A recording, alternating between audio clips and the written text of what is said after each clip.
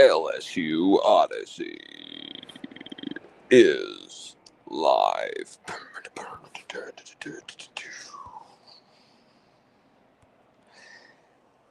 LSUODYSSEY.com live here with you all. It is your host, Lon Philip Sullivan. How's it going, everybody? Happy Friday. Happy Friday. You heard our show last night. We had quite the big audience in there. Thank you all for joining us last night where we were talking A.J. Halsey suspended for the first half of the Clemson game tomorrow. That put a big damper on a bit of the opening. And then, of course, throughout the day, as we all also went through just a little bit last night, but broke the news from LSUODYSSEY.com where we reported that, sadly, somehow, a crazy decision, the number one receiver in the country, Tristan Keys of the 2026 class, would be flipping to Tennessee, and of course that happened. So yesterday felt kind of like a bit of a damper. Today is a new day. Friday is a new day, and I feel nothing but extremely just vital energy for what is to come for this season. I don't know about you, but I'm not really one to be part of the, hey, oh no, this is going to suck. This is going to suck. I see a lot of sky is falling BS out there, and I'm just not going to subscribe to that. I know I'm a journalist. I'm also an LSU fan, though. And I want the team to be successful. That doesn't mean I'm going to obscure the truth for people. I'm gonna cover up for LSU because I'm a fan of them. No, we're gonna try and call it like we see it, and do that to the ultimate best of our ability. Like, really, as much as we take this job seriously, that is the number one thing, to call it like we see it. But at the same time, we love LSU. We want LSU to have a successful season. We want Brian Kelly to have a successful season.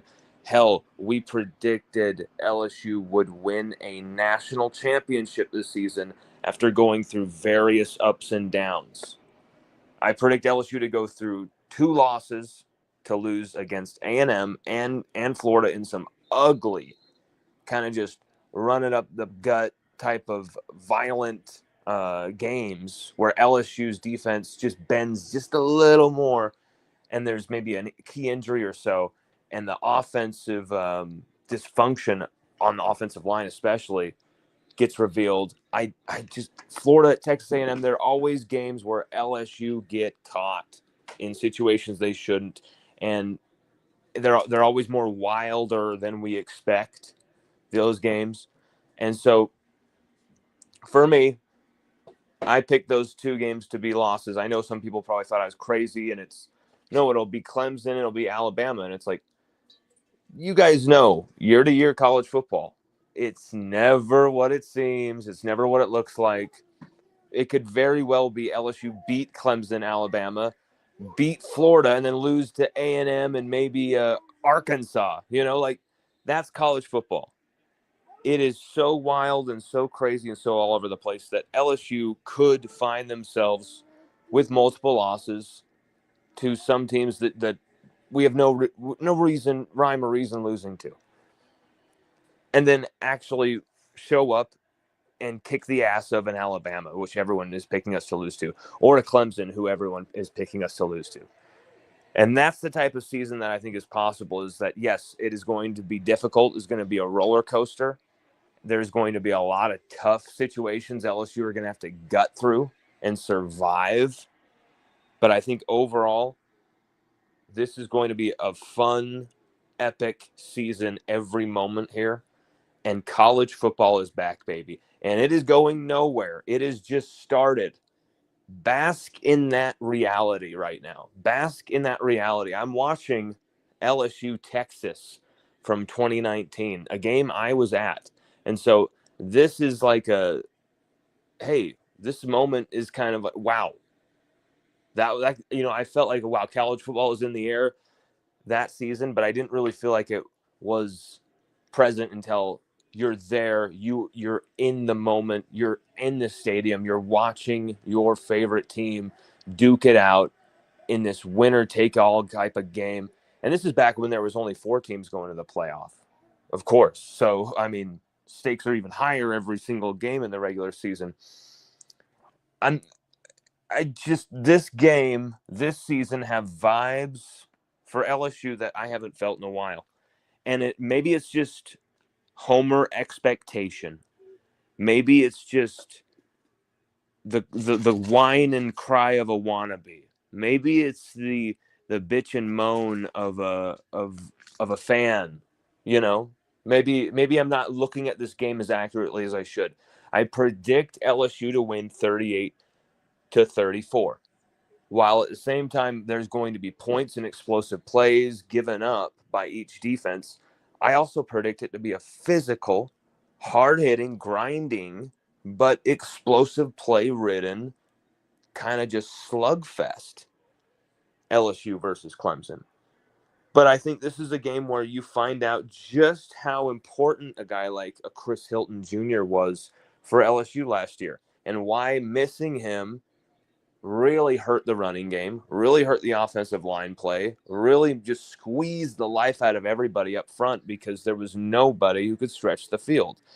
And I kind of find that to be okay. Like maybe you could say on the face of it, LSU didn't have someone athletically who could stretch the field, but I just so disagree with that. We just weren't calling the plays to stretch a defense, like having a guy like CJ Daniels go deep. Like, you telling me that guy is only a possession receiver? He can only run a 15-yard route?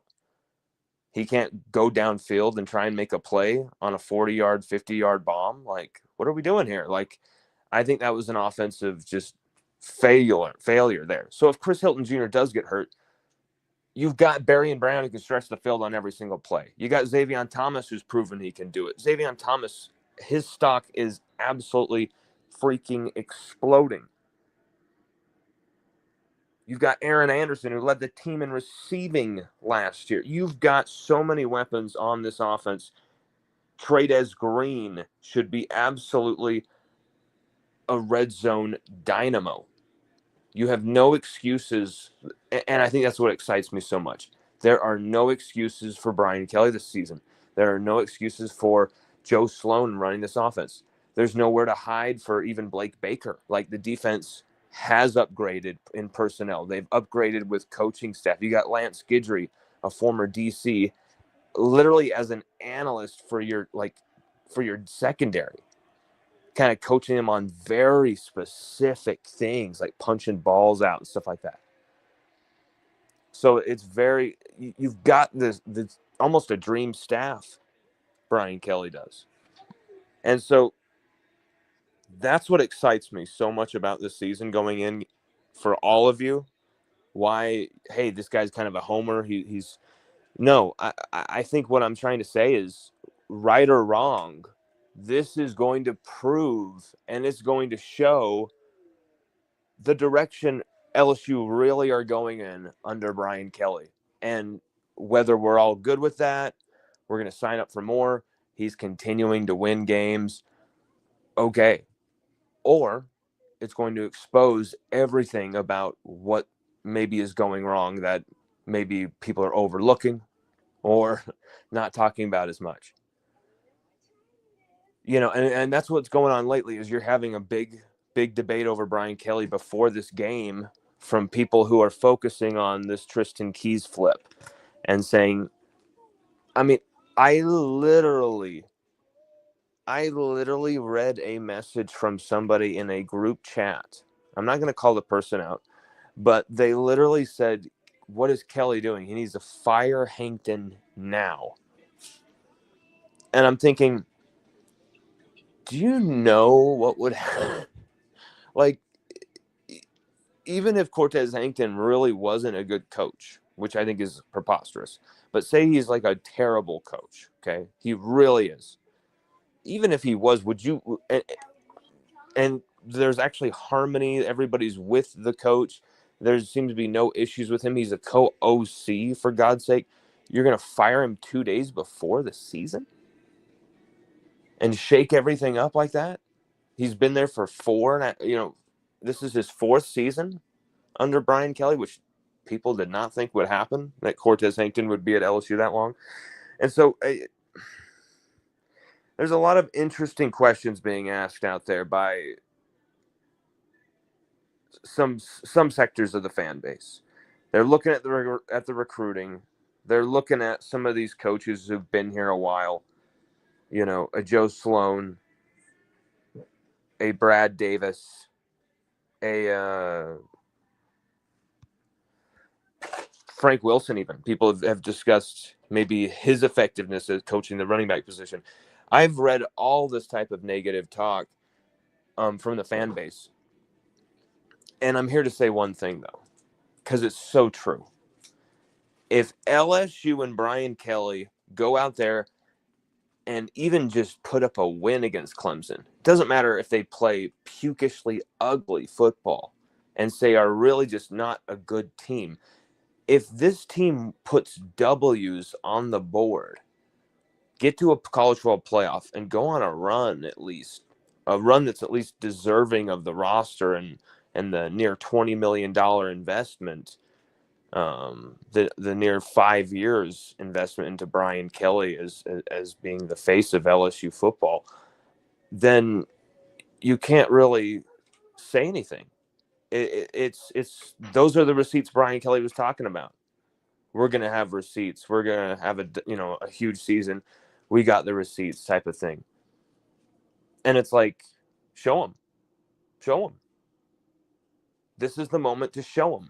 For Brian Kelly to say, hey, we invested in the right areas of our team. You didn't see us able to, stop the bomb over the top of the safeties' heads. You didn't see our safeties tackling like this. You didn't see our corners covering like this, since 2018, 2019 in that era. You haven't seen that at LSU, and now you're seeing it under Brian Kelly. I'm the guy. This is the moment for Brian Kelly, Joe Sloan, Brad Davis, Frank Wilson, Cortez Hankton, all these coaches who've taken a lot of shit, especially for losses on the recruiting trail. They've done wonders on the recruiting trail too, which I think goes completely unnoticed. They've done absolute wonders that were look at the end of the Coach O era and actually the middle of the Coach O era, even 2019. We were losing huge players to Alabama, to A&M, to a Florida, to some Texas schools. That was already well happening. Kelly has clamped down on that in a good, strong, solid way. You would have to say. Look at the way they flipped and turned Gabe Relaford and Dominic McKinley so late. You're not going to A&M. No, you're not going to be an Aggie. And just made sure that did not happen. And look at those two guys. They may be absolute stud starters for LSU for the next few years. And that's just a few examples. Second Kelly came in. What did he do? He secured Emory Jones, secured Harold Perkins, secured Will Campbell, secured Walker Howard, a 5-star, number 1 class quarterback at the time. We can all, people can laugh or whatever about what has happened in his career since, but at the time, everyone believed, number 1 class quarterback, superstar, and so on and so forth. Mason Taylor as well. Kelly made sure to retain that 2022 class that was huge for LSU for the next few years.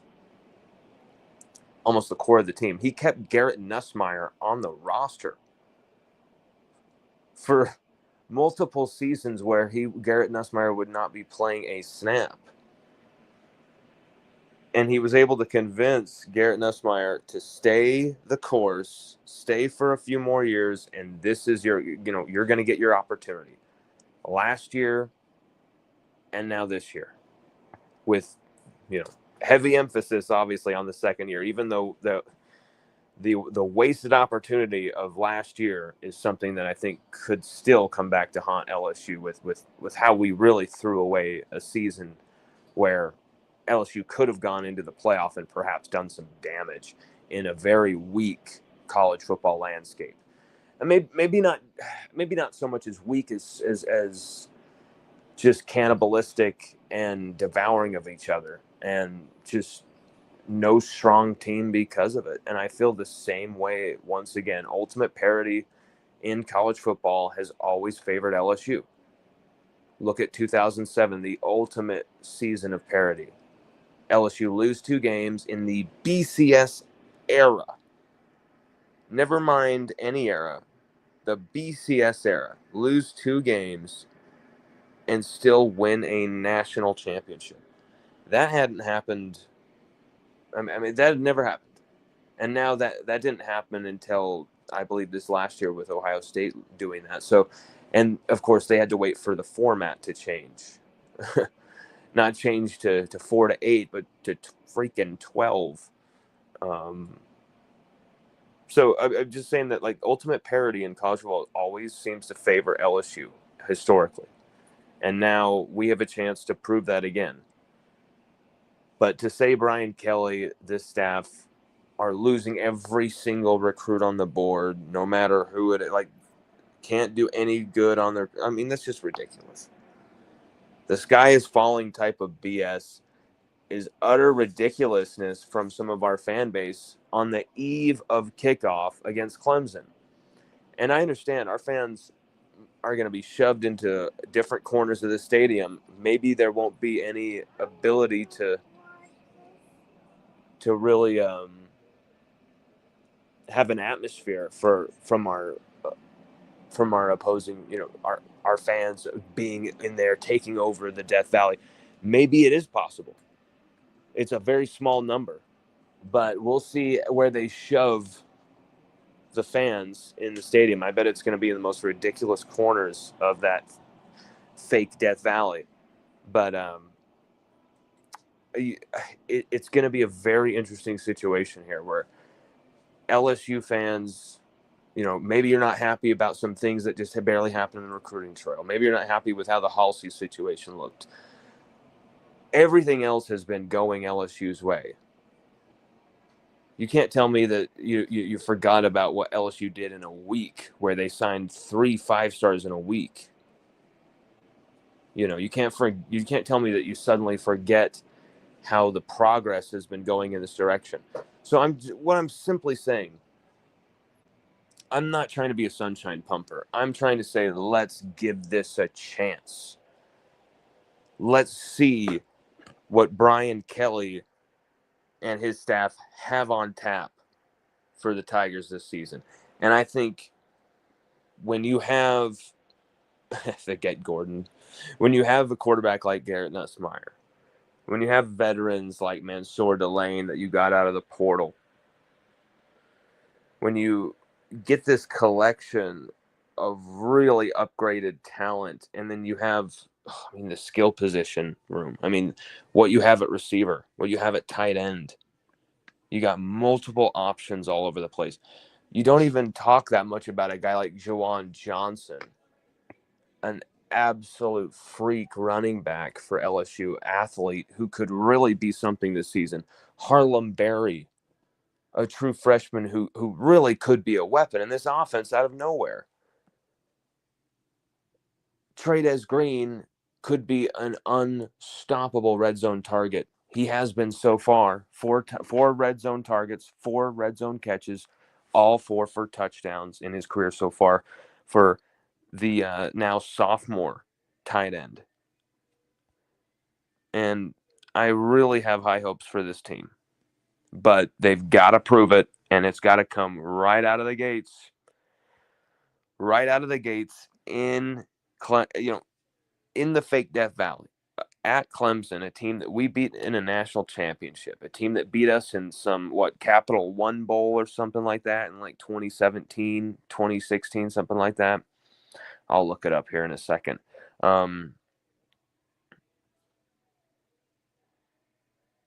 It's mind-boggling to me.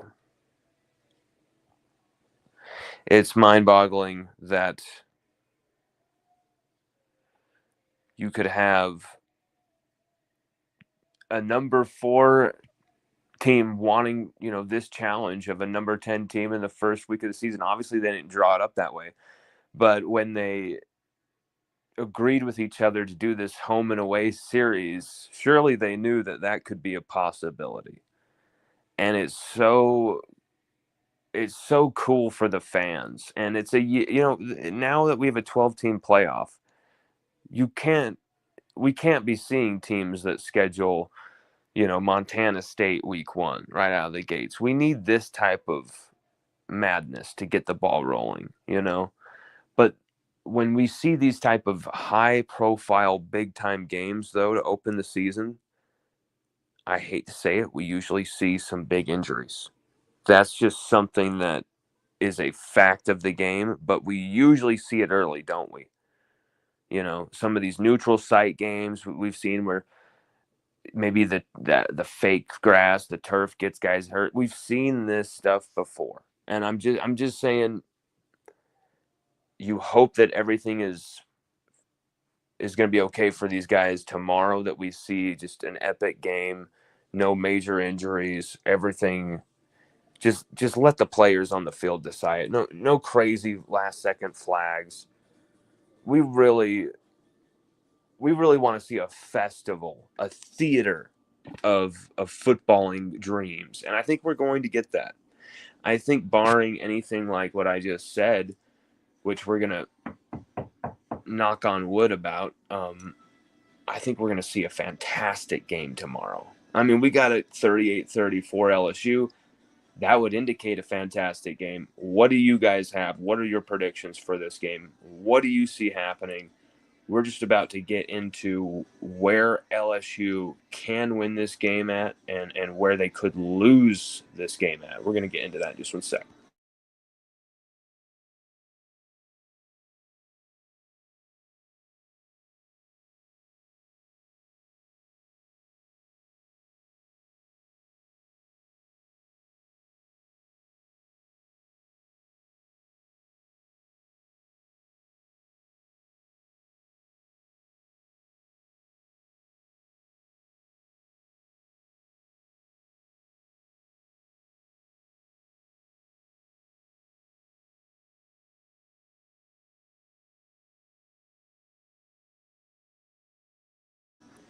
So this game, for me, I think we're going to be seeing a situation where LSU are going to be really up against it in this game. I think you're going to see LSU really push to the limit in this game. You're going to see LSU really having to survive some difficult moments, especially now that we're missing our starting safety, one of our starting safeties, for half of the game. AJ Halsey, as we were discussing yesterday and at length, everyone knows what has happened in that situation now. It's just, how can LSU really make sure to go through half of this game, go into that second half, still feeling good defensively, get Halsey ready where he's not going to go out there cold, keep him fresh on the bike. It's like maybe even have his teammates come off the field and just run up and just tackle him or something. I am very worried about injuries in this game. I just am. We've had such a clean, clear fall camp, and I'm just extremely worried about something or other happening to a few guys. That's the fact of the game, though. LSU, luckily for once, the last few years, we've got the depth to really solve some of those potential injury crises. Quarterback is not one of those positions. Running back, you lose Caden Durham, that changes everything in a very dire way. You lose maybe Trades Green, that changes how effective, how creative, how maybe dangerous your offense can be in the red zone. The options that you can have throwing the football, just to also even using Trades Green as a decoy, because now everyone's going to be trying to look for him. There's a few guys on this team we know, Chris Hilton Jr. You lose these guys, it definitely changes the look and feel of your team. But for me, LSU have solved that problem in a few different spots. LSU have really made sure to say, hey, we've got more options now. Safety was one of those positions. You literally had Major Burns and freaking Andre Sam for like one season where they played every snap at the back. Every snap. And then this last year, even though you switched him out here and there, it was once again Major Burns and just an ever shuffling free safety from Sage Ryan to Jordan Allen to man, it was all over the place. Deshaun Spears here and there. Jordan Gilbert had some ugly moments at strong safety as well. And so, but Jordan Gilbert, he was playing with a completely destroyed shoulder. And so, credit to him for hanging in there and battling for LSU. But what were our coaching staff doing? What was our coaching staff doing, throwing him in those games? Surely there was someone who could play better than a guy with one arm. I just think that was insane. And that could, Herm Load. What's up, brother Herm? He says the Halsey now sucks. Oh, you mean? I guess you probably meant news, the Halsey news, or something like that. Well, the Halsey news does suck because, like we've said, such a freakish player that is so good at doing multiple things. He can attack an offense in multiple ways, and you haven't had that type of speed, that type of power at the safety position in a long time. You just haven't. You've had some good safeties here and there during this post 2019 era. You've had some good safeties here and there. You've had Jay Ward,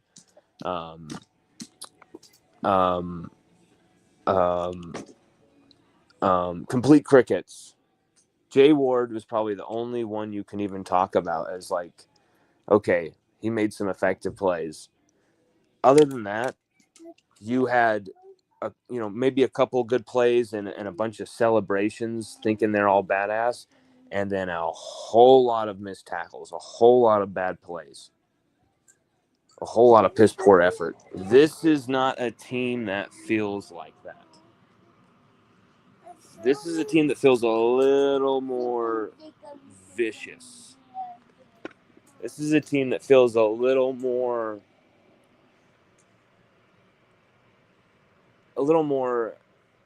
medieval. This is a squad that Brian Kelly simply has to hit on. This is a season that Brian Kelly simply must be successful with. This is another quarterback in Garrett Nussmeier that you simply cannot just waste. You wasted Jaden Daniels. Thank God you let him stay in the games long enough that he could rack up the points, rack up the yards, and get that Heisman. Because other than that, it's insane that Jaden Daniels would have had nothing to show for that, for his seasons at LSU. Those two epic seasons from Jaden Daniels, he would have had nothing to show, and he absolutely deserved something. And so, Garrett Nussmeier, you just simply cannot waste this type of NFL talent that you have at the quarterback position. And, in a way, you didn't waste Jaden Daniels because he won what? The Maxwell Award, the Heisman, of course, as we just said. But he won a few other, the Davey O'Brien. He beat Alabama in some overtime game, took down Nick Saban in one of his last years. Just went, he at least took LSU to an SEC title game one year. There was some moments, but you've learned your lesson from that in a way because you let your defense ruin that season for Jaden Daniels and that electric offense. If our offense is anywhere near as automatic as that 2023 offense was this year with Garrett Nussmeier, where we're averaging over 10 yards per play like Jaden Daniels was throwing the football or rushing the football. LSU were averaging 10.8 yards per play with Jaden Daniels. That is going to be a recipe for a dynamite season from LSU, a season where nobody stands in LSU's way. And that's not what I see. I do not see LSU having a perfect, glittering, everything's fine offense. I see LSU having some issues. I see LSU having some difficulty and some moments where they're trying to really put the pieces together and trying to get this thing on the right ship. And I think eventually they do. And eventually they really kind of get a grasp of where they're going offensively. I think Joe Sloan wants the team to be successful wants to coach a juggernaut offense. Who the hell wouldn't?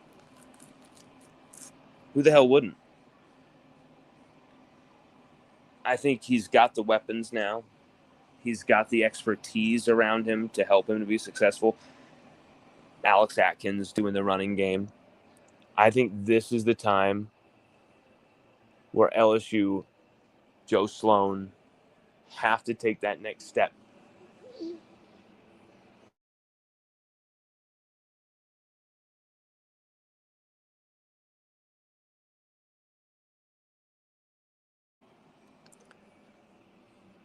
Joe's a good dude, and I think it would be a shame if he left LSU, say 2026, 2027, and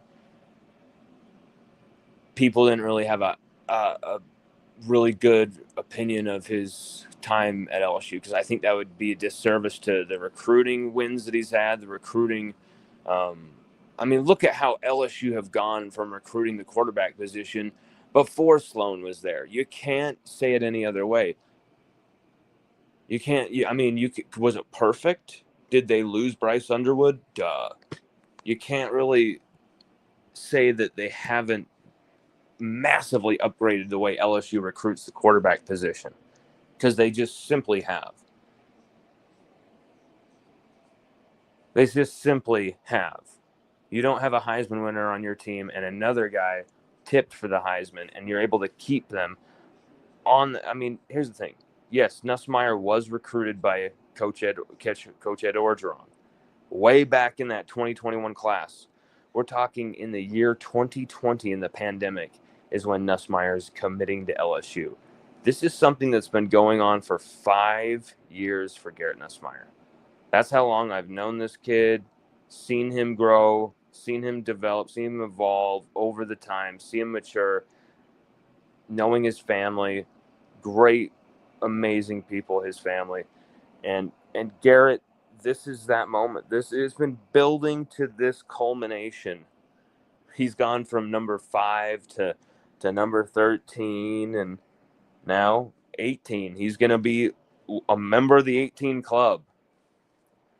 And that's from the last time quarterbacks won it was Matt Mock, 2003. That was the last time a quarterback wore the number 18, was 2003. I think that the fans who've been bragging on this team a little too much, being very worried and kind of chicken little about the Clemson game, I think it's like, hey, we have every possibility of winning this game. Maybe we don't. Like, maybe you're right. Maybe we do lose. I don't think it's going to be this one-way street where LSU are just absolutely bullied and where LSU can't do anything about it. I think this is going to be a rock 'em, sock 'em, knock 'em, drag 'em out type of game. An instant classic.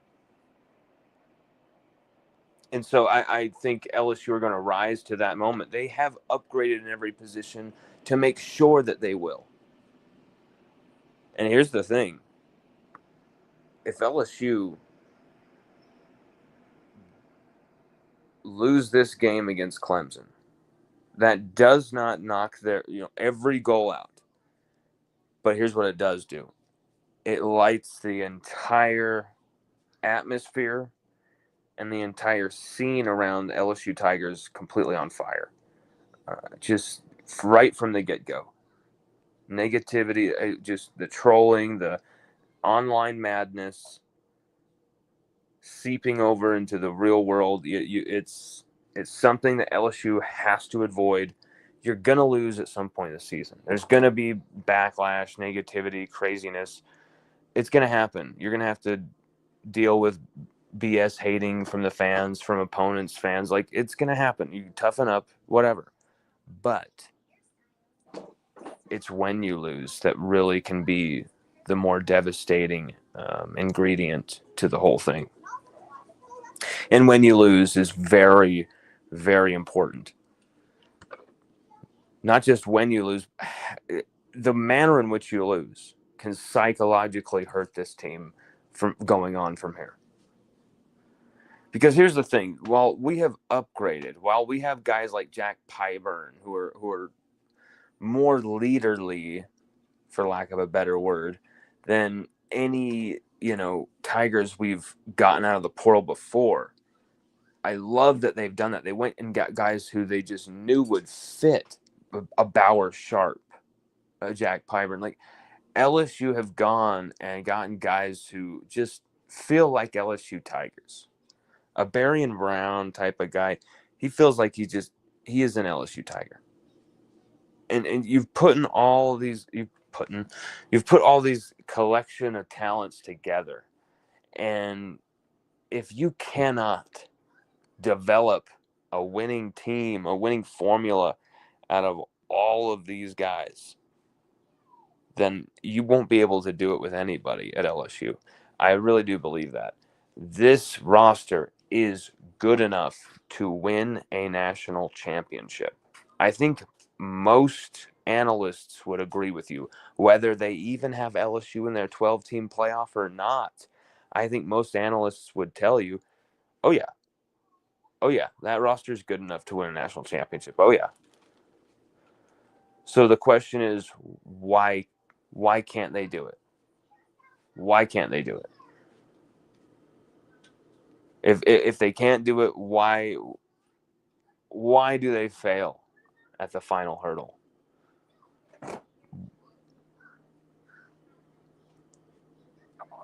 What do you guys think? If LSU don't win a national championship this season, if LSU don't go into the playoff and go on a deep run at least, if Kelly can't even make the playoff, we lose 4+ games, what does that look like? Does that look like Nussmeier injured out for the year early on? Does that look like, 3 or 4 big players out for the year, injury crises? Does that look like losing a ton of close games? Does that look like getting our asses kicked? Does that look like an offensive line that doesn't play well and just allows Nussmeier to get annihilated every game and a bunch of turnovers, happen because of it?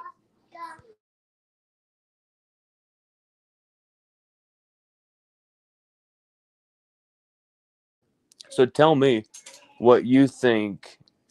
What does this all mean? What does this all mean when you look at this team and what they could be? Plus, what we see already, what we've seen from fall camp, I'm going to tell you right now, is going to mean very, very, very little in this fall camp. In this in this opener against Clemson, outside of maybe, who's starting, things like that, the obvious kind of stuff. Outside of that, I think you're looking at a whole fresh, clean slate. And I wish AJ Halsey could have been there from the beginning, because you want to see what LSU are going to look like defensively against Halsey. You want to see that matchup in 3D. And we're not going to get that at least until the second half. And that bothers the shit out of me. But it is what it is. It's happened. But it's a difficult situation for LSU they find themselves in, where you were going to go into this game knowing that, hey, for once, no one is like able to really go on and on about our defense and the worries of our defense going into this game. You know, mostly it's been about our offense, our offensive line, figuring out all the weapons that we've got, and just can Brian Kelly win the big one type of narratives. Everyone has kind of felt, hey, this is going to be an upgraded LSU defense. This defense is going to be a top 50 defense. This defense is going to be way better than they were. Here's the thing. We don't know any of that yet. We've seen teams load up in the transfer portal, and it hasn't. Maybe they've had a better season than like program history, recent history would say, but we've seen them implode completely. Buying all those players, Walter Nolan, Trey Amos, whoever else, Malik Hampton, that didn't save Ole Miss from getting absolutely beaten by Berry and Brown and Kentucky at home when they were in the top 10. So, and that did not save them from a season where they didn't even represent the SEC conference in any way, shape, or form in a college football playoff game, in an SEC championship game, and they spent all the money, had all the hype going. Everyone felt Ole Miss in my playoff. Ole Miss. They didn't get they didn't do shit, and they spent a ton of money. Texas A&M has done this. My point is, this is not ever straightforward.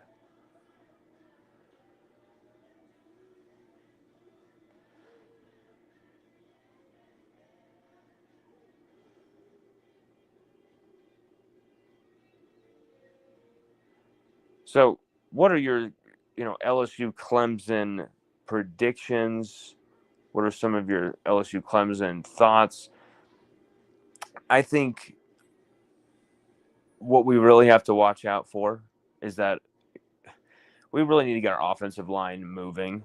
We can't just have our guys 1v1 blocking against this defensive front, or we're going to lose this game. We have to use the misdirection play calling. We have to perfect the counter against this defensive line, and we have to get deceptive with the counter, how we run it. We have to get our offensive line in movement post snap, pulling guards, all this stuff. You have to do it. You have to flip the script against the defensive line, or you're simply going to get punished.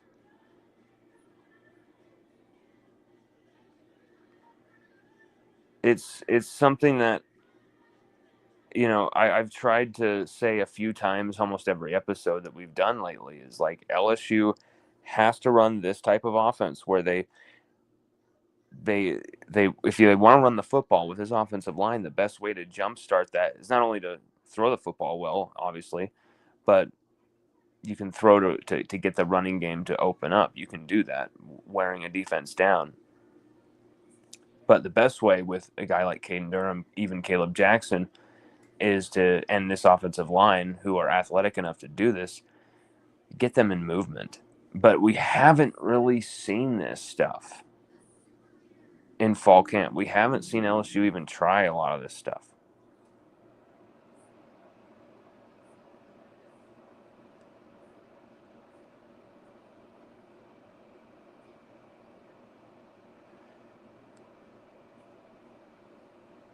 We haven't seen LSU with that big-time innovation through fall camp. But here's the thing. That's just what, media and certain other footage I've been able to see. We haven't seen a ton of invasive stuff. And that's the thing. They have made sure that this stuff has been locked down. So there's definitely going to be stuff that LSU tries in this game that we have not seen or we are not ready for. And whoa, what is that? That happens every single season. This year, I felt even more there's some type of trick plays, some type of wild cards up Brian Kelly's sleeve.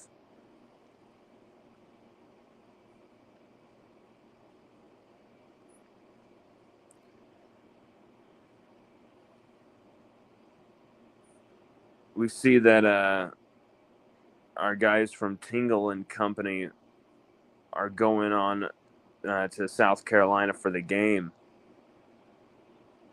And Christian Cowley, my man Christian, sent us some messages a while back that were really nice. Christian, you're the man. Absolutely love Christian. And we love Lloyd too. Lloyd, we've done a show with Lloyd. We've been talking to Lloyd for years. We actually wrote for the Jordy Collada show website at one point. So, we've done these things with them for years, and have really liked all those people. Ronald Riggs, Jacob, they've had great crew in and out for a long time. Now they've become Tingle and Company from the Collada show, and love those guys. Wishing them complete safe travel. It looks like they've showed up all fine. They're only like an hour away or something from South Carolina, so hopefully they've gotten there safe. Hope and continued safe travels. Love to see their content and kind of their reaction to what happens. That's something we've been interested to see, is how Matt Moscona is going to be replacing T-Bob. Is it going to be with that Chris Marlar guy? Because I don't know how that's going to work. That doesn't seem like it would be very successful to me. I'm going to still give it a shot, but definitely lose something without T-Bob. You can't get away from it. It's just a duh situation. But LSU, for my money here in this game, 38-34 against Clemson. That's been my prediction for a long time. We've had the prediction piece out there for a week now.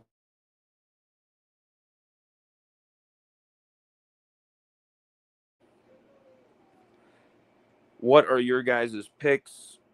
I see Michael Pickford. That's hilarious. Your picks and Michael Pickford with a pick. Pickford with a pick. Michael, did you play football? Did you ever get a pick?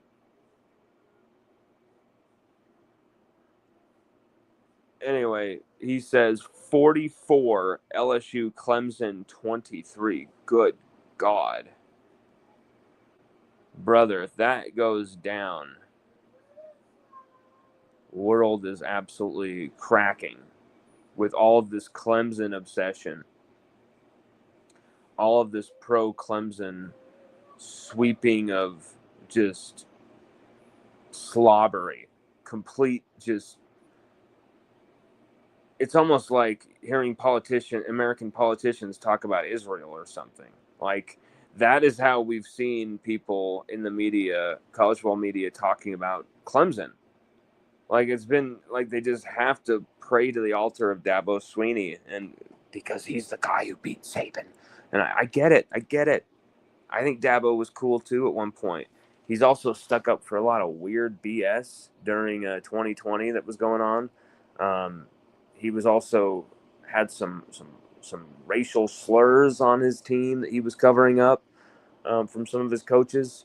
Just a lot of weird bohickey type of bullshit that was going on in Clemson. He doesn't even let the media see practices there. He treats the media there like shit. He's the complete antithesis of Brian Kelly in a lot of ways. And so you've got this showdown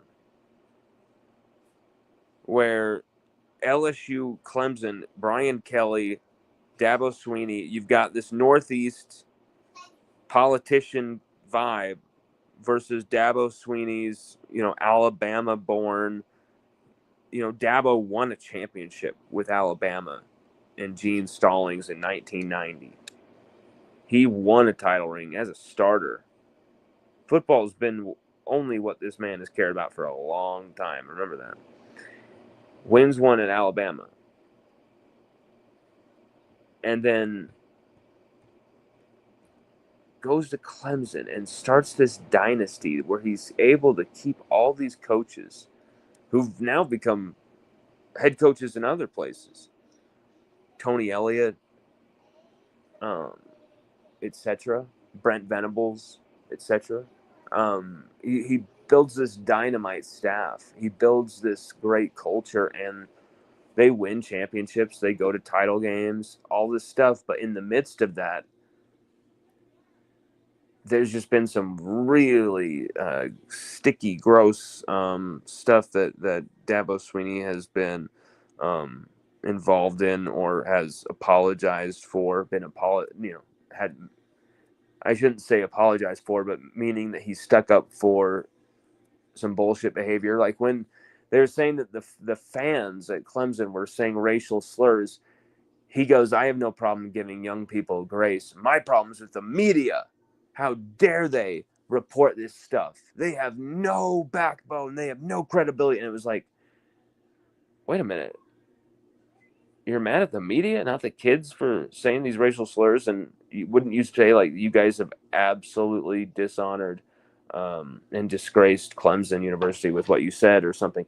You guys do not represent us. Something like that. Not too hard to say, but instead Clemson and Dabo Swinney's vibe was, hey, you media people are taken away from what happened on the football field. And it's like, didn't the young kids saying the racial slurs do that? Like, there's just been a weird vibe at Clemson for a long time. And Dabo Swinney has kind of gotten himself out of the wilderness with this team. Last year, they win the ACC championship game with a crazy comeback over SMU. They get boat raced by Texas in the first round, but nevertheless, they were in the playoff. LSU was not. And now you go into this year, everyone and their mom, I mean, LSU media people too, they're picking Clemson because, and I get it, it's not just a vote for Clemson. There's people who are just like, I will not predict LSU and Brian Kelly to win an opener until we do. I just cannot predict another opener win. They've lost way too many for me to make this pick. I will not make the pick. The DJ Pickett will not make the pick. So you got people who are afraid to make the LSU pick, but we're not. Oh, picture of Fournette for some reason, weird reason. We are not. LSU are going to win this thing 38-34, but it's going to be tough. It's going to be grimy. It's going to be greasy. It's going to be physical. I think it's going to be the more mental, though, than anything. And I think that's what's going to favor LSU. I think dogs like Whit Weeks, Bernard Gooden, of course, Whit's brother West, I think is going to have a good game as well. Tamarcus Cooley, Mansour Delane.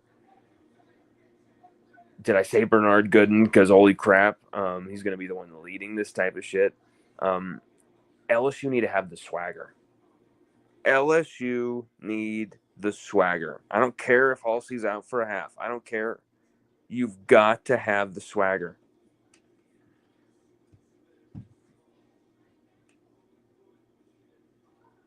LSU has to have the swagger back against Clemson, or we stand no chance. You go into that place, you don't have the swagger back, you're facing a defeat. You're facing long odds, and you're facing getting your ass kicked. That's the truth.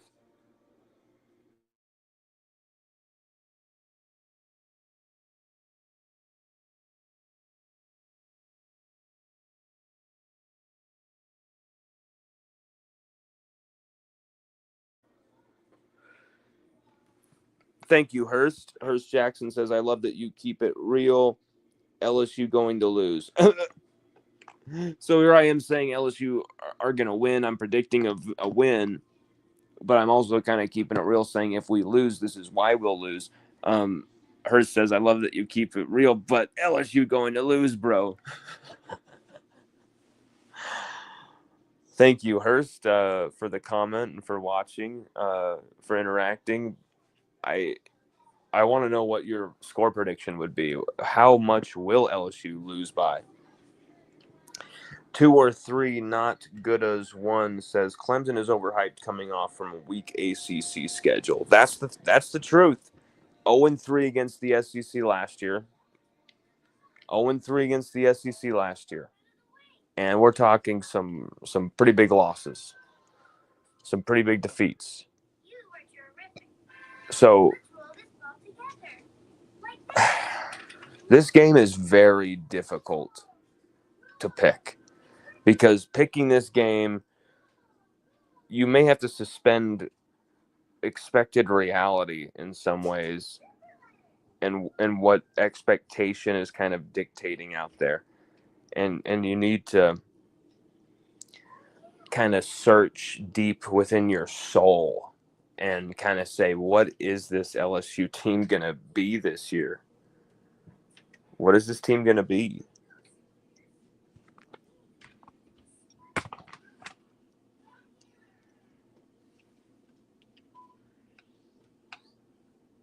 It's hard to say. And it's because this team has to show us. And with as much as I feel like the identity of this LSU squad is a make it or break it type of foxhole mentality, where these guys are going to be willing to really push the envelope for each other, knowing they need each other to be successful. Guys like Nuss and Hilton, who've waited years for their turn. Perkins, Weeks, Guillory, Pyburn, guys who are coming off serious injuries. It's some guys who arrived here in the portal maybe felt undervalued at their other school. Guys who, like TaMarcus Cooley, who said one point he was homeless. He was sleeping in a car, he said.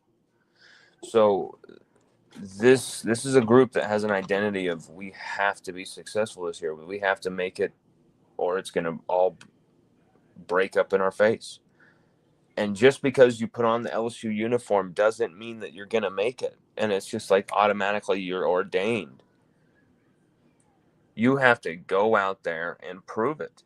And the same thing goes for Brian Kelly as the head coach. You have to go out there and you have to win games, or you are not going to be the LSU head coach anymore. It doesn't matter how much the buyout is. You and I both know it will get so fever pitch by the end of this season. If LSU lose like 7 games this year with this roster and just look like puke, and some of the old patterns just still remain, Kelly might not even survive until the next season. There's so much riding on this freaking game, and LSU need to be successful.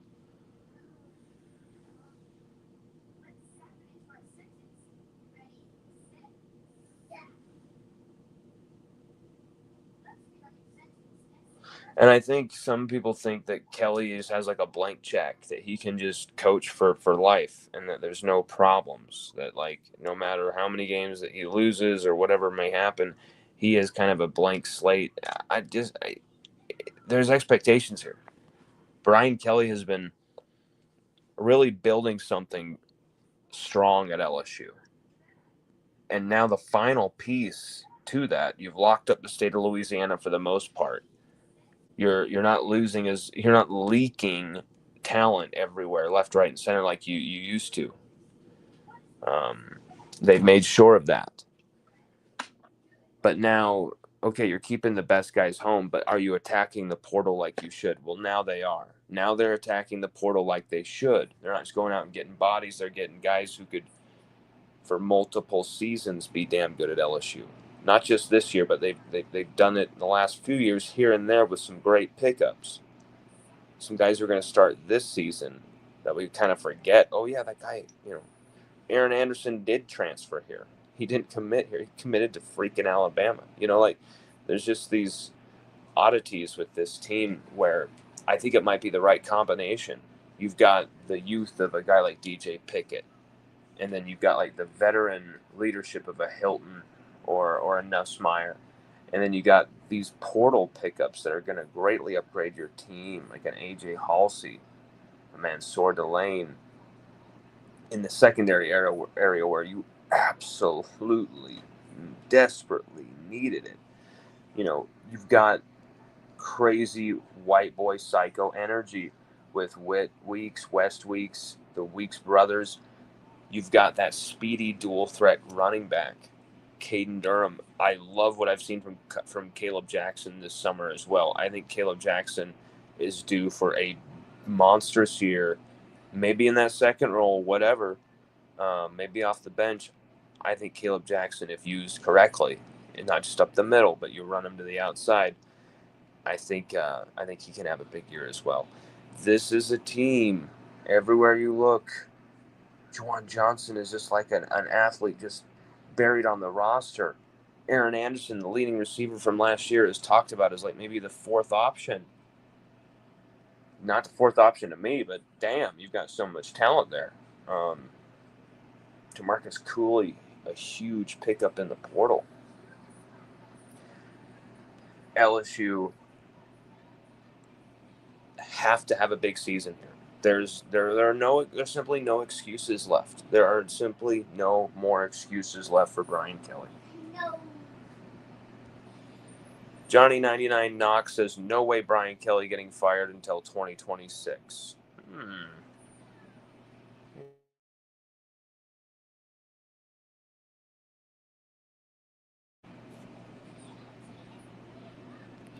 No way Brian Kelly getting fired until 2026. Well,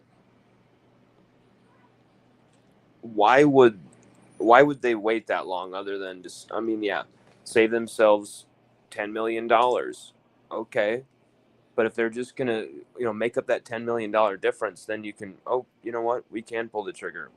Who cares about the $10 million? We just got 10 million from someone who's like, okay, if you're worried about losing 10 million, here's the 10 million now. Fire him, but the fact that we're even discussing this, I think is wrong. I'm only discussing it because we've seen so many fans discussing this in group chats. I'm not just like trying to put narratives or BS out there. I am talking about what the average fan is talking about. They think Kelly has failed here on the recruiting side. He's hired coaches who maybe aren't the right guys for their position, and I think a lot of these guys are negative fans, of course, but some of these guys are true longtime diehards too. And so I'm wondering where the negativity is coming from. And I think it's because they expect, obviously, the two things that happened yesterday, Halsey and then Tristan Keys flipping, that really helped this thing occur, of course. But I think they also expect LSU to lose to Clemson. I think our fan base expects us to lose to Clemson. And you know what? I'm here to tell you that's really something that will work in LSU's favor. That will work big time in LSU's favor.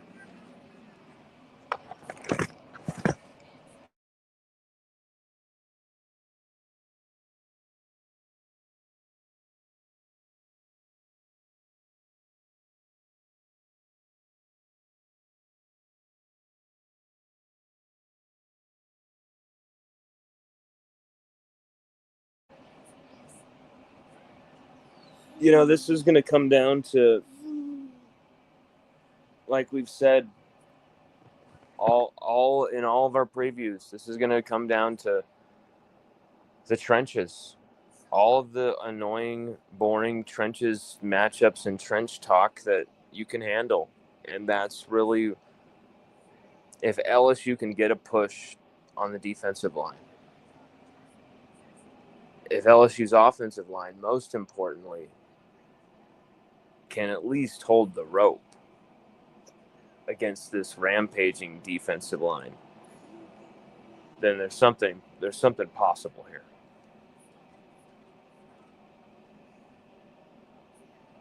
It starts from there, because if LSU if Nussmeier can get the time back there to uncork these bombs downfield, he doesn't feel that, oh God, someone's going to be launching themselves right at my legs right as I step into this type of feeling.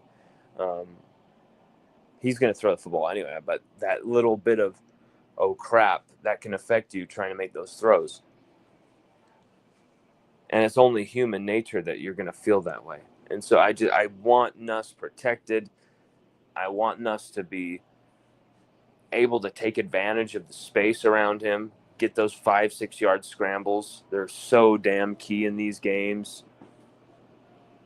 Be able to use an over aggressive pressure and a lack of containment on an edge or maybe on the inside, and exploit that. Go into that space. Use the leverage of the situation. He overruns you. Let your offensive lineman kind of fall into place with your movement and run into this space. We've seen every quarterback worth their salt, especially Joe Burrow, killed teams in 2019 doing this. He and in that season with Cincinnati when they went to the Super Bowl. Specifically those seasons, Burrow just killed opponents with his legs. And Nuss, he is more than capable of doing it. It's identifying those spaces and not hesitating, and sometimes being willing to ditch the throw and tuck it and go.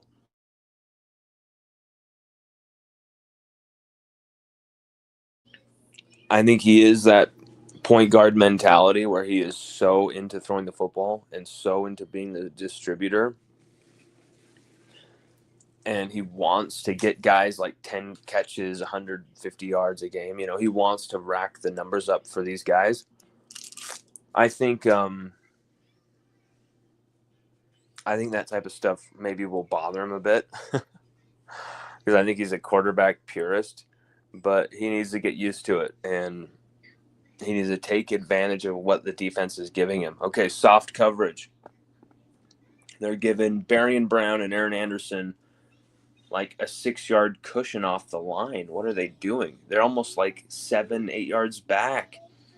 Okay, switch the play to a quick slant, quick bubble screen, quick little in route, just a release and an in, or just a straight up screen, and you just quickly throw it out to those guys.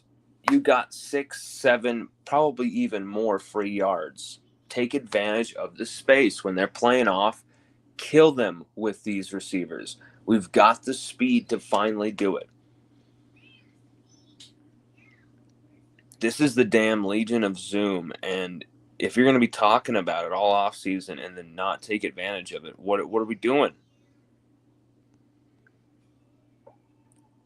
I mean, look at all that speed. We should be cooking defenses, taking no prisoners.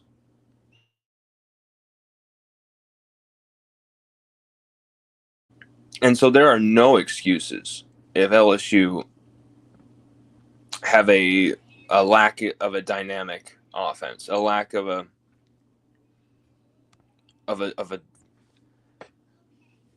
I'm not saying LSU needs to be a juggernaut this season. They don't need to be that third juggernaut in 6 years like we've been saying so much with our offensive articles and stuff.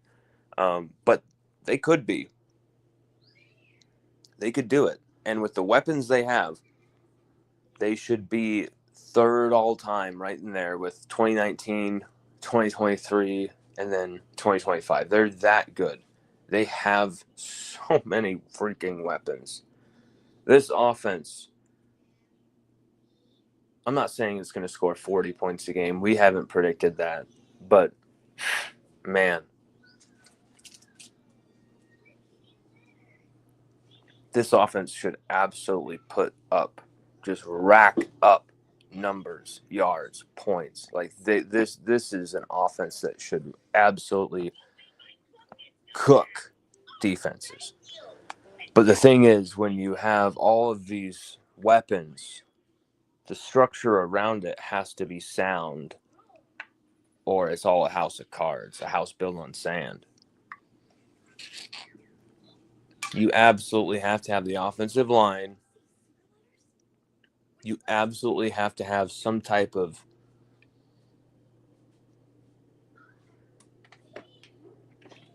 organization, for God's sake.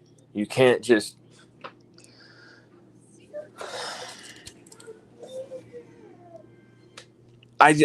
Joe Sloan has to take advantage of this, and I hope to God he has figured out an offensive direction that will do just that. Because here's the thing: you've got way too many weapons for anything to be less than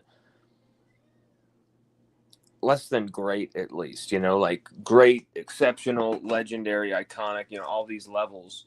You've got to at least be, solid, strong, great, because you have the weapons there. Just even at their worst, this offense, when you're talking about how many yards last year's offense put up, and they could barely run the football, they could, only have very limited receiving options and very limited receiving plays that they would call.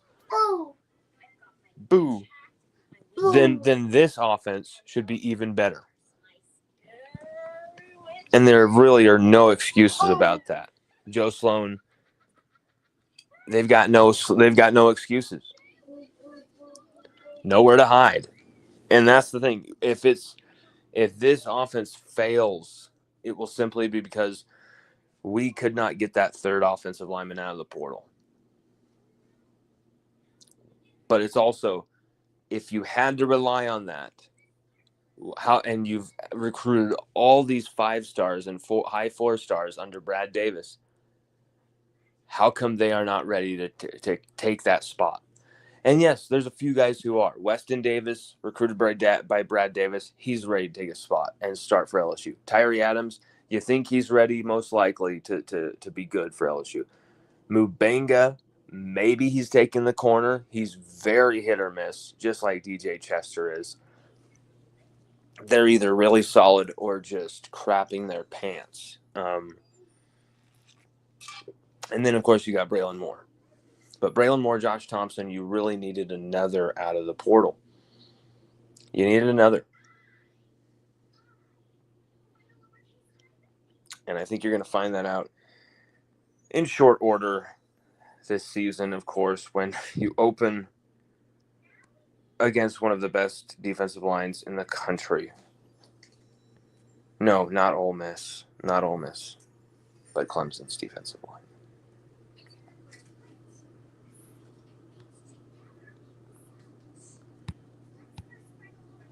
Randy Jones.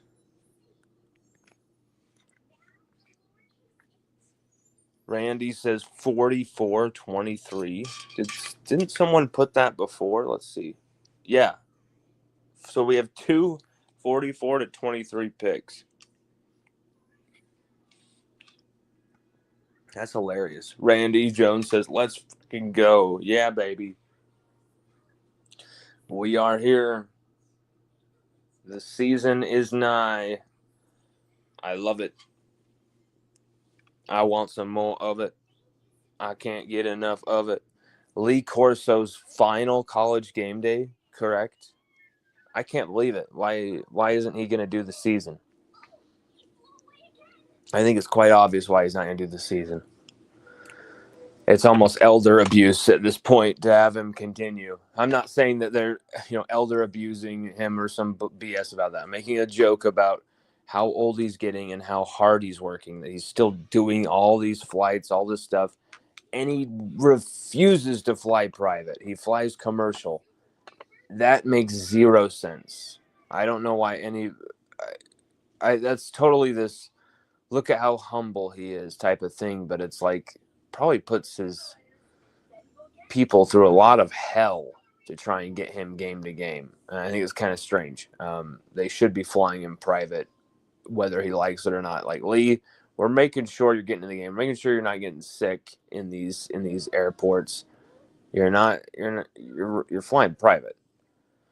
But whatever. Kirk Herbstreit flies private, but Lee Corso does not, apparently. Very strange. And you saw this airport guy running a terminal. I don't know if that guy worked at the airport, who he was, but he was standing there in front of the airport terminal saying, like, we have a legend here, basically. Going to be doing his last show tomorrow. This is Lee Corso. And talking about how he knew him for a long time, like flying, and how, of course, he was flying with Southwest. And the whole thing was very classy. The whole airport got up and started clapping for Lee Corso. It was a very powerful moment, and it's going to be sad to see Corso bow out. I don't know. How old is Corso? Let's look that up. Because it's incredible that he is even able to do a segment on live TV at his age. But he's been doing it so long, it's almost just second nature. He's 90 years old. The man is 90. Wow. And his birthday was just this last August 7th. Wow. Unbelievable. I did not realize that. Wow, he is 90. 90 years old, Lee Corso. That's incredible. Well, it's time for him to bow out, sadly. And he's 90. You know, how much longer is he going to live? It's almost like, just let him keep doing it. Why not? What's he supposed to do? Just stop and go home. You're too old. Like, I don't know. I think Lee needs to stay up there in a way. Almost like, you know, there's a line, though. There's a line where you don't want to have, you know, and there's been some moments, and I think that's the thing, is there's been some moments in front of the camera, behind the scenes, where age is going to inevitably affect him.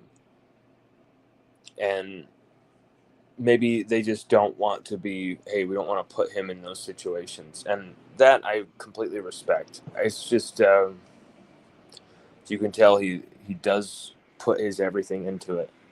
And it's just, it's a damn shame that it is Lee Corso's last show tomorrow for College Game Day. They're in Columbus, Ohio, as Ohio State and Texas take on each other.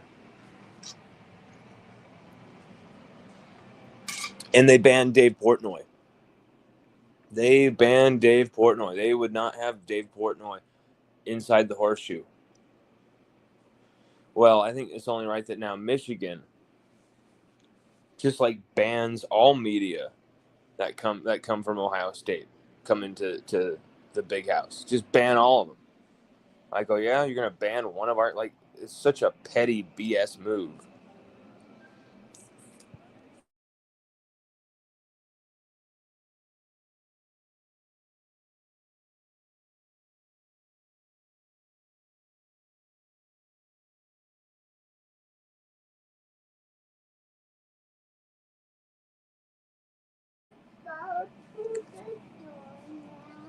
Here.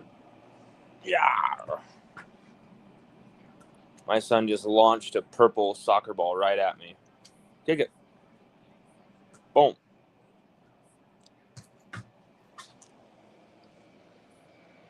This is going to be an incredible college football season, everybody. I am excited to be covering it for you, with you, going game to game and really diving deep on everything that goes down. We've done this every single season. We know that the hard work is really as many things as we put out, as much as we do this completely ourselves anyway already. Work another job, a 9 to 5 to be able to pay for all of this stuff and to be able to keep a house over our heads, a roof over our heads. It's a lot, but the hard work has really only just started because the season is here. And you know what? Here's the thing that I love is I love the grind. I love the late nights of staying up, editing the crap out of this piece of shit article, and it just makes no sense, and it's not working. And then you make some crazy, weird joke, and you write it down, and you just start laughing, and everything falls into place. There's just those times where covering LSU, you witness magic, and you know exactly what to say when you write it, and you only have a few hours to do this. You are effectively a headline writer. You have to cover this right now. No one's going to care about this game 3 days from now. Now they're talking about the next one, preparing for the next one. You have to get it down right then. There isn't much time for introspection in those moments. That's why I'm very grateful for the people who are patient with me and hang around, because there's times I don't get it right the first time. I'm a better writer than I'm a speaker, but I'm going to get it right the second time, the third time, maybe the fourth time. I'm going to get it right at some point. So I appreciate those of you who've been patient and stuck with me. This is going to be a nuts season. I think we're going to see some of the craziest games we've seen since 2007. Last year, we saw some wild games across the college football landscape. The last few years. And last year, I think, felt like the craziest and the wildest. Things like inevitably got a little bit more predictable here and there, or less like wild and crazy last-second finishes, upsets. But it seemed like all season, the cannibalism never stopped. The madness never stopped. Constant pressure. It was constantly this battle, this war. And I think you're going to see that game to game to game to game. Wow. The Packers signed Micah Parsons, 4-year, $188 million deal. Non-quarterback record. Wow. Wow. That's kind of crazy. That's nuts.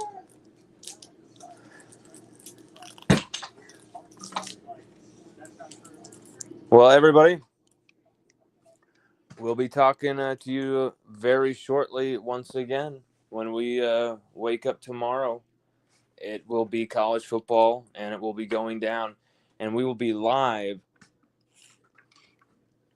after the game.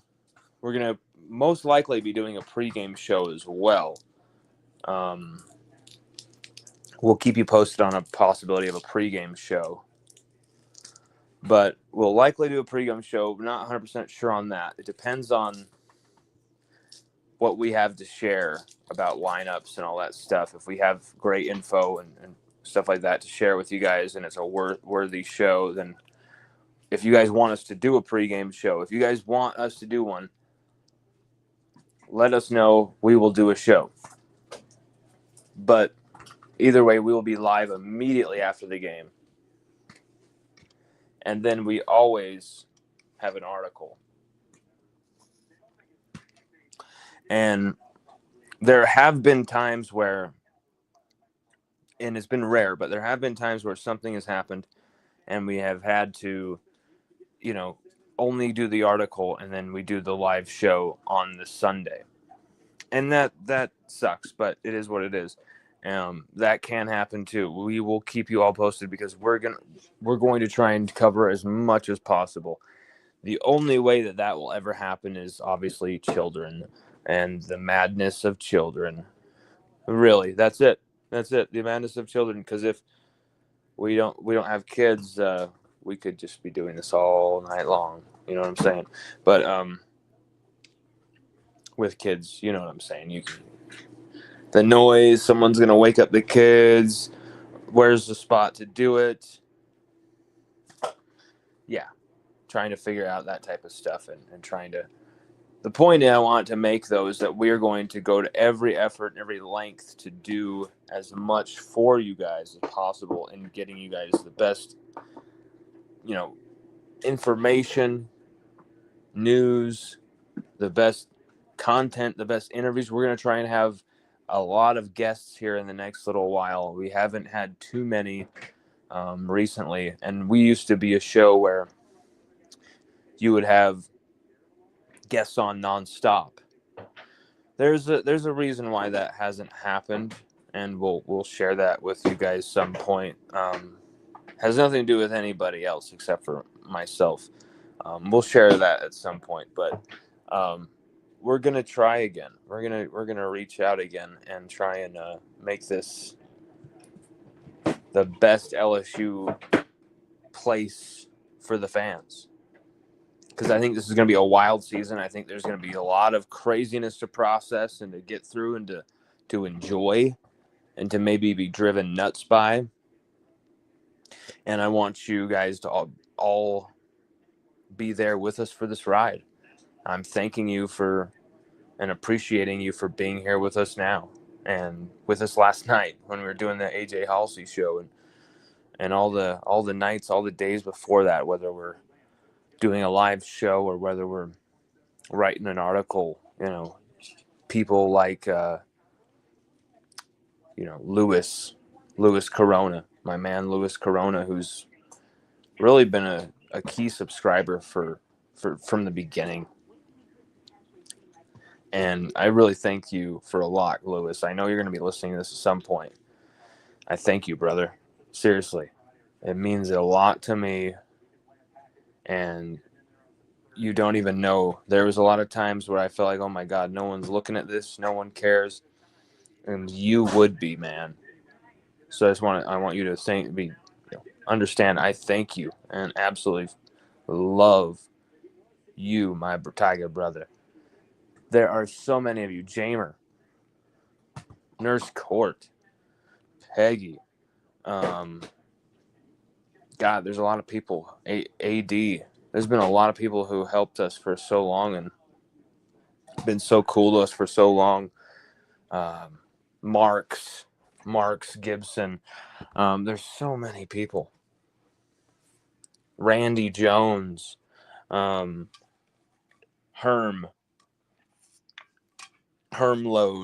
on here. There's been so many. King Cole, a longtime YouTube viewer of ours. I'm not sure if he read the articles or much on the site, but at least watched our stuff on YouTube. There's just so many of you guys who've been amazing and allowed us to do this. We still have hundreds of paying subscribers to our content, and our stuff doesn't cost very much. And of course, Wix, these places take their cut, but you guys have really helped us in ways that I'm just so grateful for, and allowed us to do this, allowed us to really explore the possibilities. And at this point, we just want to make sure that we deliver the best freaking LSU content possible to you guys and just continue to shock and surprise you with, oh, you got that guest on? Oh my God, you did this? Oh my God. We want you guys to be every day to turn your phones on or your computers, and if you're checking out LSU stuff, to be almost like in wonder and amazement of the possibilities that can happen with when you cover your favorite team. There's a lot of people doing a lot of great content out there LSU wise. And so the fact that any of you would even choose us is incredible. And we're going to just try and make sure that we earn that trust every day, earn that right to do this every day. And it's a very tough, grinding business, but it's the business we've chosen. We really thank all of you guys for watching and listening through this whole off season. You guys have been amazing this entire off season. We've had some of our biggest audiences ever this off season, like ever, and we have just kept climbing and climbing with all of this, and we can't do it without any of you. Thank you from the bottom of my absolute heart, because we're about to have a second kid. I'm about to have a second kid in the mix. I'm very worried about everything, about how much time there will be, how much energy I'll have, how childcare, trying to not get these dreams, these dreams of ours kind of covered up by the responsibilities of being a father and earning and stuff like that. It'd be great if we could earn from doing this, and that's the ultimate dream. And until then, we'll just keep working and hope that will happen at some point, because this is what it's all about for us. This is what we want to do for a living. And I think for you guys watching and listening as LSU diehards, this is kind of where you want to be. You want to be around the like-minded LSU diehards, and that's where we belong. That's what we're meant for. That's the path, according to Brian Kelly. The path, this is ours. Is being obsessed with LSU and really trying to cover every moment and give our best for the number one most obsessive, most diehard, most dedicated fan base in the country, without a doubt, LSU fans. And I know a lot of people probably think, oh, he just jumped onto LSU bandwagon. He's from Utah, blah, blah, blah, blah. It's like, what a time to jump on the LSU bandwagon then. We won a national championship, but then had some of the worst seasons LSU's ever had. So many scandals, so much darkness, so many bad vibes and toxicity. And yet, instead, we've stayed the course because we love LSU and this is what we're going to do. And so I'm very excited for the possibilities of this season. There's so much positive going on from the Brian Kelly era. I'm sick of hearing the negative exaggerated, blown up, and thrown around like just this madness of just bullshit, when it's like, this guy has changed how we recruit quarterbacks at LSU. This guy has actually put the fence around Louisiana that Coach O talked about every damn week he was on OTB, but never did. Like, maybe for like one recruiting class was he able to like put the fence around Louisiana. So I just think Brian Kelly deserves a lot more dues than he's getting. But this is a season that will expose. This is a season that will tell the tale. This is a season that will really show where LSU is going and if it's in the right direction for the future. I've said that a few times here, and it's the truth. Say, did you just hear that? Did you just hear that? Sage just walked in the room and said, what did you say, Sage? I want to go to LSU tomorrow. Did you just hear that, everybody? Now he's pushing all the buttons. He just said, I want to go to LSU tomorrow. Oh my God, that's hilarious. Oh, dude, that's hilarious. That's. Oh my gosh, that is hilarious. Hey, Seiji, who's that? Is that Brian Kelly? Yeah. Who's that? Brian Kelly. Brian Kelly. Is that Brian Kelly? No, it's another guy. That's another guy. Oh my God. Everybody, we absolutely love you. From our house to you. I can't wait for this little guy to watch the game. He's going to watch a little, like probably the first 5 minutes with me, and then he's going to go to my mom's place because we're going to be dialed in for you on game night. We're not going to have to watch Sage every waking second or something here. He's going to be taken care of at other homes while we cover this stuff. We want to be on our complete A game, on the ball for you guys at all moments, and locked into everything that's going on. Everybody, absolute love, respect, absolute peace.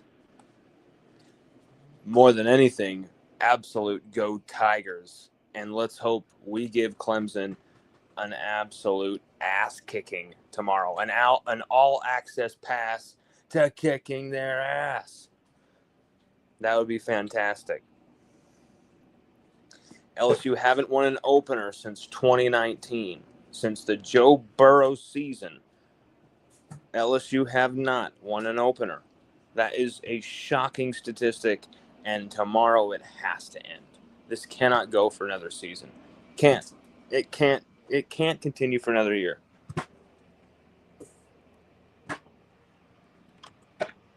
And if we go by our predictions, 38-34, I don't think it will. But here's the thing.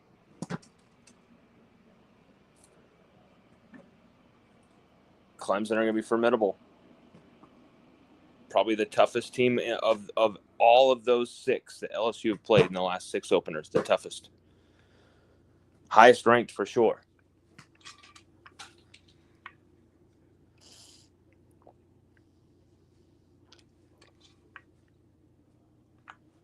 We're going to find out together. Into the darkness of hell we go, with swords drawn to the casks of Amontillado, to the gates of delirium, to the halls of Mordor we run. I needed some water. My voice is done. That actually rhymed with the first 2 lines. Everybody, thank you so much for watching. I know it's a weird show lately. I'll explain why it's been a certain way, but I think you get what's going on, maybe. But if you don't, we'll just hang tight with us. We're going to try and make this as great for you as possible. We're going to try and really make this the one-stop shop for LSU fans, the one-stop place for all of your LSU needs. And there's so many great LSU guys out there covering LSU. We love what like a Zach Nagy or Carter, Carter the Power. Those guys are doing the great freaking work, man. Jacques Doucet, legend. Mike Scarborough, legend. That there's these luminaries in LSU media. Shea Dixon, legend. T-Bob, legend, even though he's left us. Jacob Hester, double legend. LSU legend, now media legend. You've got some of the best covering LSU. And so I'm proud to be, even have a seat maybe at like the little kids table. Probably not the big kids table. They'll probably shove me in like a side table next to like the bathroom, next to like Cobble taking a giant shit in the bathroom, and I'm like having to eat like pasta next to it. Like that's basically my seat, but like I'm fine with it. I'm at least there. Even though the fresh aroma of fettuccine and diarrhea are very palpable in their mixture, I'm there. Everybody, LSU Clemson tomorrow. This is insane. If you want to gear up for it, check out our predictions piece. Check out some of our profiles all over our site. I mean, the 2025 section is huge, and I'm saying massive. And a lot of this stuff, we have written so many things on this team, and we're going to try and make sure you guys have access or at least visibility on all this stuff if you guys want to check it out. Go on LSUODYSSEY.com, click on that little handle with the three prongs next to the login button. It brings down a little scrolling menu bar, and go to content home. Bam. And then everything is broken up in category sections. If you want to read it, it's all the newest articles first. First, is right going to be there. You scroll down and it's going to keep showing older and older articles as you go. But if you want to break it down into very specific categories, you click on the category section, and you got all these lists of, an article on Garrett Nussmeier, an article on Joe Burrow, a podcast on Joe Burrow, an interview with Dan Burrow, with an interview with Mekhi Wingo, an interview with, and so it's Mekhi Wingo section, all this stuff. And we try and organize it as much as we can. We aren't a web designer. I'm sure it looks shitty to some people. We will try and upgrade that as well this season. I think we found out a perfect candidate to upgrade it. But we're going to try and pull out all the stops this season for y'all and try and really have a great season. And I'm so excited for it. Here it begins. The hard work really begins, not just for the media people, for me, but the fans. You're going to have to gut out each and every game, and you're going to have to keep your wits about you if LSU choke in some big games even. LSU lose another opener.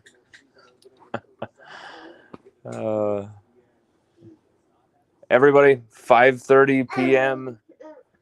Oh, wait, that'll be our time. 6:30 p.m. for you guys, 5:30 p.m. our time. LSU kicks off at Clemson. What a way to start the season. It shades of 2011 when we opened the season at Oregon, or not at Oregon, at Jerry World against Oregon. What a crazy game that was. Dominant from LSU and Tyrann Mathieu and company. I think it's going to be a lot closer every game than that. Number 4, Clemson. Number 9, LSU. Tomorrow, Kelly versus Sweeney. Nussmeier versus Klubnik. Saturday night live, Saturday night fever, a Saturday night boogie in South Carolina, LSU, Clemson, a war, part 1 of 2 for who is the sole holder of Death Valley. I'm so intrigued by all of it, and I cannot wait for this game. Everybody, thank you so much for watching with us. And for those who are watching later on, we love you too anyway. You know that. Sweet Louis Corona, you are a freaking badass, my friend. Just wanted you to let you know that one more time. Everybody, thank you so much for watching, and hope you have an amazing rest of your Friday night. Be safe. The season is just here, guys. Enjoy the possibilities of what could be. Enjoy them. Bask in them. Bask in them.